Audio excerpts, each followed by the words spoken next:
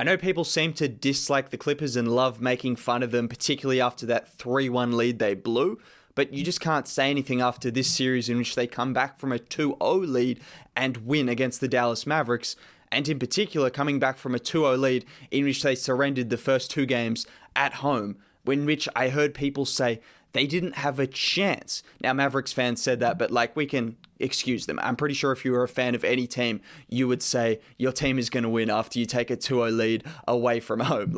That happens. That's fine. I wasn't a fan of them, so I could actually see that the Clippers were still in the series because they're still an excellent team. But I heard people unbiased say the Clippers had no chance of coming back in a series in which they were down 2-0.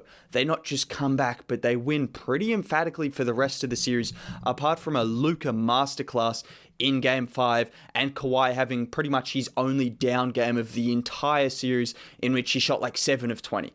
The worst game of the series was a game in which he scored 20 points and shot 7 of 20. Just let that sink in, because for the rest of the series, he shot 99% from the field, the line, and 50% from 3. I don't know the numbers, but it's not far away from that, honestly. Pretty sure it's 70, 50, 90 or something. I don't know. It's just ridiculous numbers.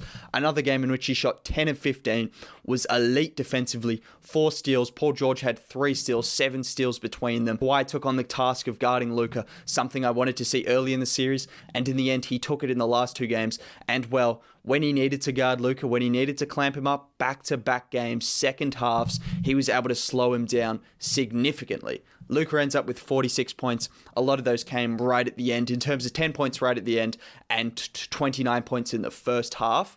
But that period between the third quarter and the fourth quarter, that 15-minute period, Kawhi was able to clamp up Luka and score 15 or so points, get the momentum, lead the Clippers to the win. That was what changed the game, because the game was in the balance up until that time in which the Mavericks couldn't create any offense. And it wasn't just him clamping up Luka, because he was able to get in the passing lanes. Like I said, 4 steals. He ended up with a block. He was switching onto Boban and causing him troubles. The guy is just unbelievable as a defender, and it's good to see he still has it. As someone who thought he was going to take the assignment of guarding Luka from game 1 in this series, or at least from game 3 onwards after the 2-0 lead that Dallas had taken, to see that he still has it and he can still turn it on when he needs to defensively. We've never questioned his offense. Well, at least I haven't over the last few years, because he's proven that he's an unstoppable scorer, and his passing has improved a lot as well. Nearly ends up with a triple-double in this game, and he's just proven that offensively, there's no question marks over it. Defensively, I know, it's funny to say that. Not question marks over whether he was good,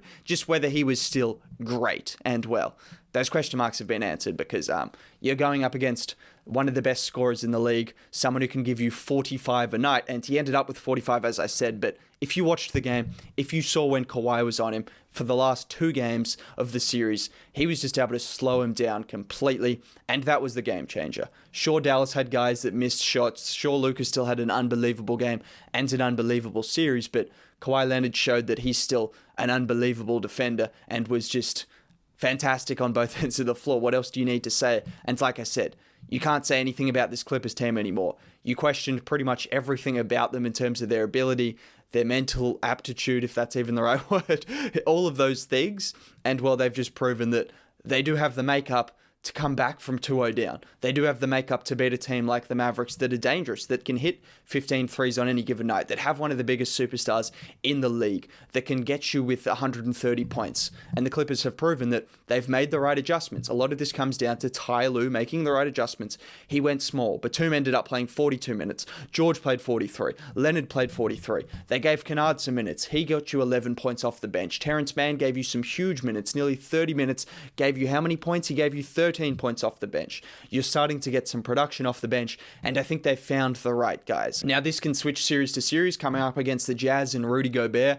I expect Zubac to probably play some minutes. I don't know what's going on with Serge Ibaka. Someone will have to let me know, but I'd expect there to be some more big man rotation going on there, because Gobert is 7'3" and actually uses his size, unlike the other guy that's 7'3" in this series. We know about that, so maybe they're going to go there. But again, they had Boban in the game, and the Clippers didn't really stray away from having the small ball lineup. And I think that's where they're at their best because they're switchable. Batum is really good at getting in the passing lanes. He's fantastic at deflecting passes and deflecting shots. He's just a fantastic defender with his length. He plays a lot bigger than he is. 6'9", but he plays pretty much 7 foot in terms of when the ball's in the air, he's going to swat it away. He plays like a big man, and he did a really good job at that. That small ball center work he was looking at with Draymond and whoever else he was looking at, he's done a fantastic job at emulating that because he was great in this game. For someone that was seen as washed and overpaid and terrible, all of these crazy things,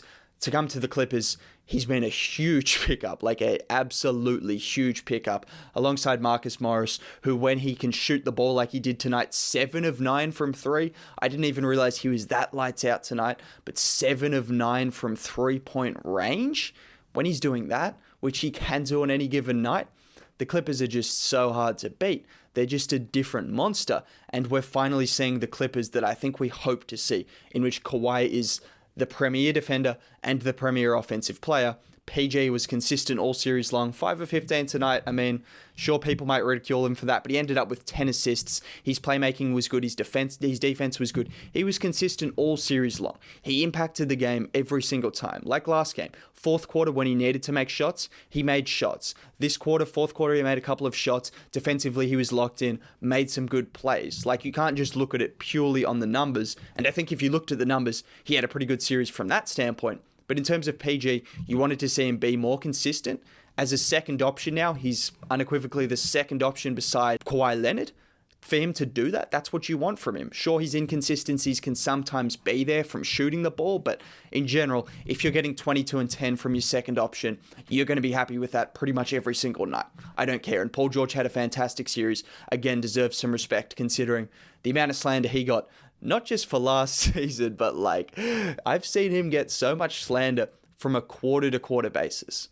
There are no other players in the league in the playoffs that I've seen get slander from 1 quarter of bad basketball. Unless you're talking about like LeBron, who is considered, the second or first greatest basketball player of all time. So people are going to slander him or just try to make something out of him every single time he plays. PG is not considered the second or greatest player of all time, yet he gets treated like he needs to be. Like, the expectations are Michael Jordan levels, yet people kind of treat him like he's Kristaps Porzingis. If that even makes sense, you know what I mean? You know what I'm trying to say with the PG kind of thing? Anyways, he's had a good series.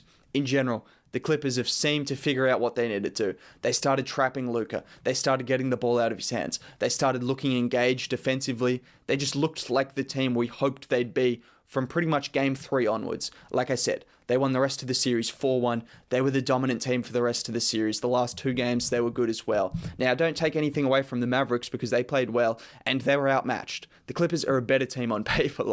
Let's be honest. What are we kidding ourselves? The Clippers are a better team on paper, and Luka was a reason why they won 3 games. The reason why they won 3 games. It's really that simple. And some hot shooting as well from guys like Tim Hardaway Jr. But in general, the Clippers were able to make the right rotations. Like I said, Ty Lue made the adjustments. Batum at small ball center alongside Morris as well, who played a little bit of small ball center. They rotated in and out. Kawhi took the assignment up to Kawhi to guard him. No one was stopping Kawhi from taking the assignment. Well, at least not to my knowledge. He decided to take it in the last 2 games, particularly the last half of Game 7, taking Luka on every single possession.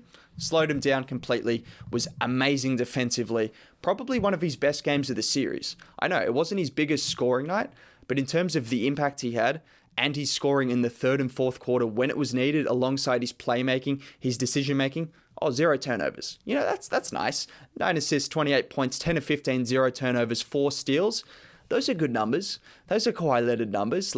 People are saying he's back to his Toronto best.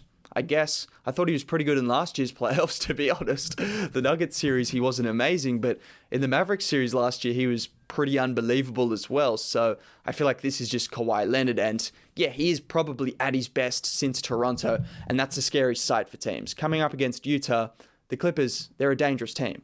You can't look at this team and say, the Jazz are just going to walk through them. No. This is a team that's just won 4 of their last 5 playoff games. They've come back from deficits. They were down 30-11 in Game 3. They've proven they're no longer weak in the head or whatever you wanted to say about them. They've got a different makeup. They've got a different team. They've got a different coach. They're making different adjustments.